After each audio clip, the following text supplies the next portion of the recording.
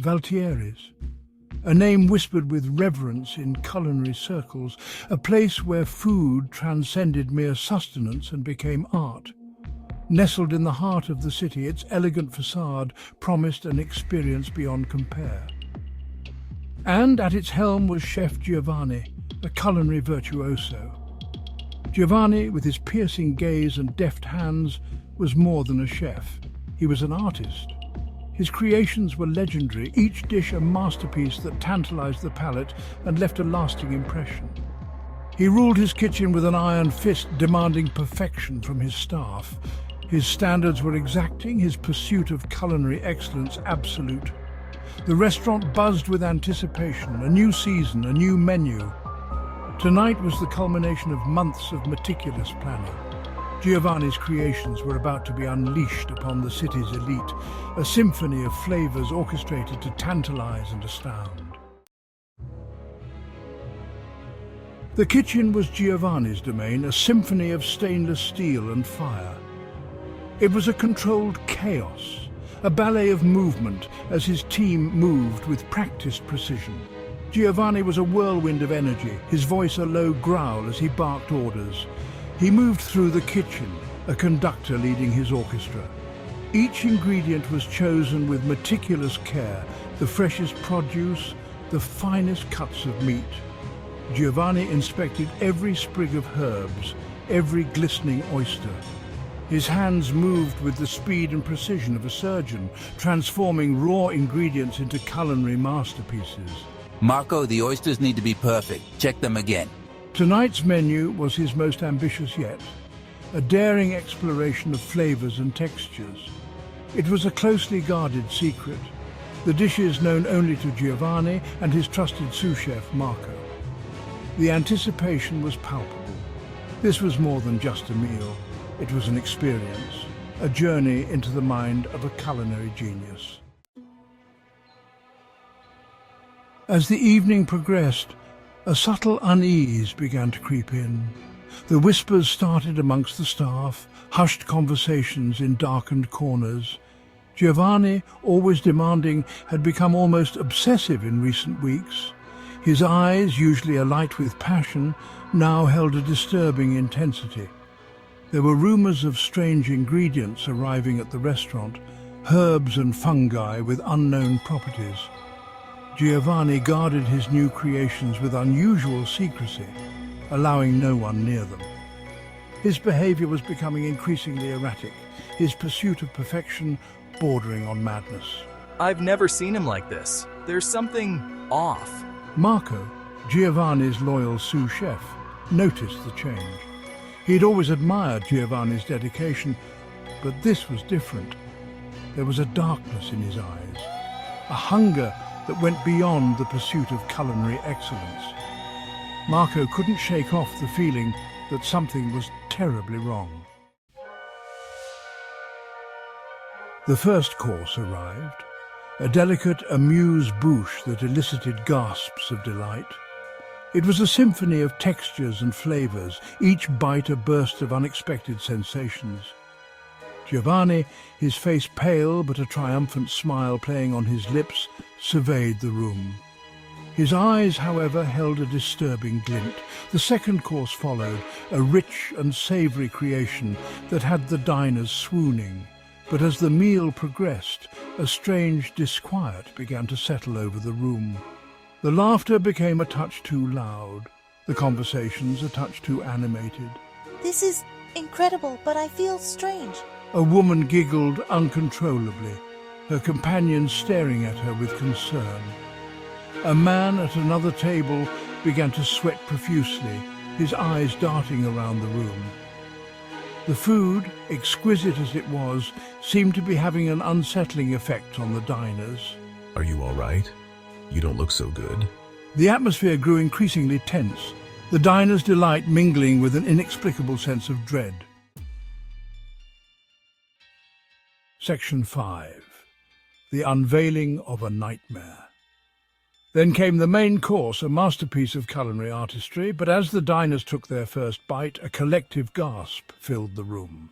The flavors, instead of being delightful, they were overwhelming, almost assaultive. The textures once pleasing are now strange and unsettling. Panic started to spread through the dining room. A woman screamed, clutching at her throat. Oh my God, what is happening? A man began to hallucinate, seeing monstrous creatures crawling across the ceiling. The carefully crafted facade of elegance crumbled, replaced by chaos and terror. Marco, his heart pounding in his chest, realized something was terribly wrong. This was not the reaction of diners experiencing culinary genius. This was the reaction of people who had been poisoned. He raced to the kitchen, a sense of dread washing over him. Section 6. Marco's gruesome discovery. The kitchen, usually a hive of activity, was eerily quiet. Giovanni stood alone, a satisfied smile playing on his lips. He watched the chaos unfold through the small window into the dining room, his eyes gleaming with a disturbing light. Chef, what have you done? Marco cried, his voice trembling with fear and anger. Giovanni turned, his smile widening into a chilling grin. I have given them enlightenment. He whispered, his voice hoarse with excitement. He gestured towards a small, unmarked jar on the counter. This, my dear Marco, is the key. Marco cautiously approached the jar, his heart pounding in his chest. Inside, he saw a collection of dried herbs and fungi, their colors unnatural, their aroma pungent and alien. He recognized one of them, a rare hallucinogenic fungus rumored to be used in ancient rituals. His blood ran cold. The restaurant was now in complete disarray. Diners, their faces contorted in terror, thrashed and screamed. Some sobbed uncontrollably, while others babbled incoherently. The elegant decor was ruined, the pristine white tablecloth stained with spilled wine and vomit. The staff, caught completely off guard, tried in vain to regain control, but the scene was one of utter chaos, a nightmare unfolding before their eyes. The air was thick with the stench of fear and the bitter aroma of the unknown herbs. Marco, his mind reeling from his discovery, knew he had to act fast. He raced back into the dining room, pushing past the panicked guests. He had to get help, had to get everyone out before it was too late. Marco found Giovanni back in the kitchen, calmly wiping down his workstation as if nothing was happening. The flames from the stove reflected in his eyes, making them dance with a demonic light. He seemed almost pleased with the chaos he had unleashed. You poisoned them! Marco shouted, his voice shaking with rage. What have you done? Giovanni chuckled softly. Enlightened them, he corrected, his voice calm, almost serene. This isn't enlightenment, it's madness. Marco lunged at Giovanni, grabbing him by the collar. Giovanni didn't resist. He simply smiled, a chilling, empty smile that sent shivers down Marco's spine. Don't you see, Marco? Giovanni whispered, his voice barely audible above the din of the restaurant. Fear. True fear. It unlocks something within us. It strips away the facade, reveals the raw, primal essence of our being. Marco recoiled as if he'd been slapped. Giovanni's words were the ravings of a madman, yet there was a chilling conviction in his voice. He truly believed that he was doing something noble, something profound. I wanted to push them to the edge, to make them confront their deepest fears, Giovanni continued, his eyes gleaming with a fanatical light. And in their fear, in their vulnerability, they would find transcendence. Marco realized with a sickening certainty that Giovanni was beyond reason. He had crossed the line from culinary genius to deranged monster, sacrificing the lives of his patrons in pursuit of some twisted artistic vision. The aftermath was a blur.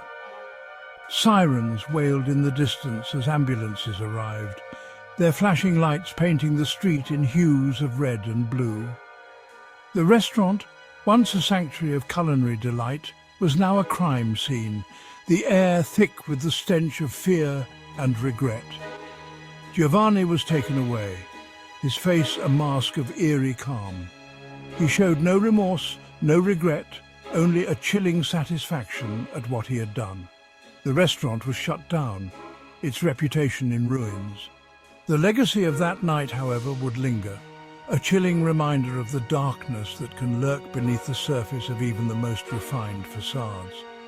Valtieri's, once a culinary mecca, was now a haunted place. The whispers of that night, the screams of the diners, the chilling laughter of a madman would forever echo within its walls, a chilling testament to the monstrous pursuit of enlightenment through fear.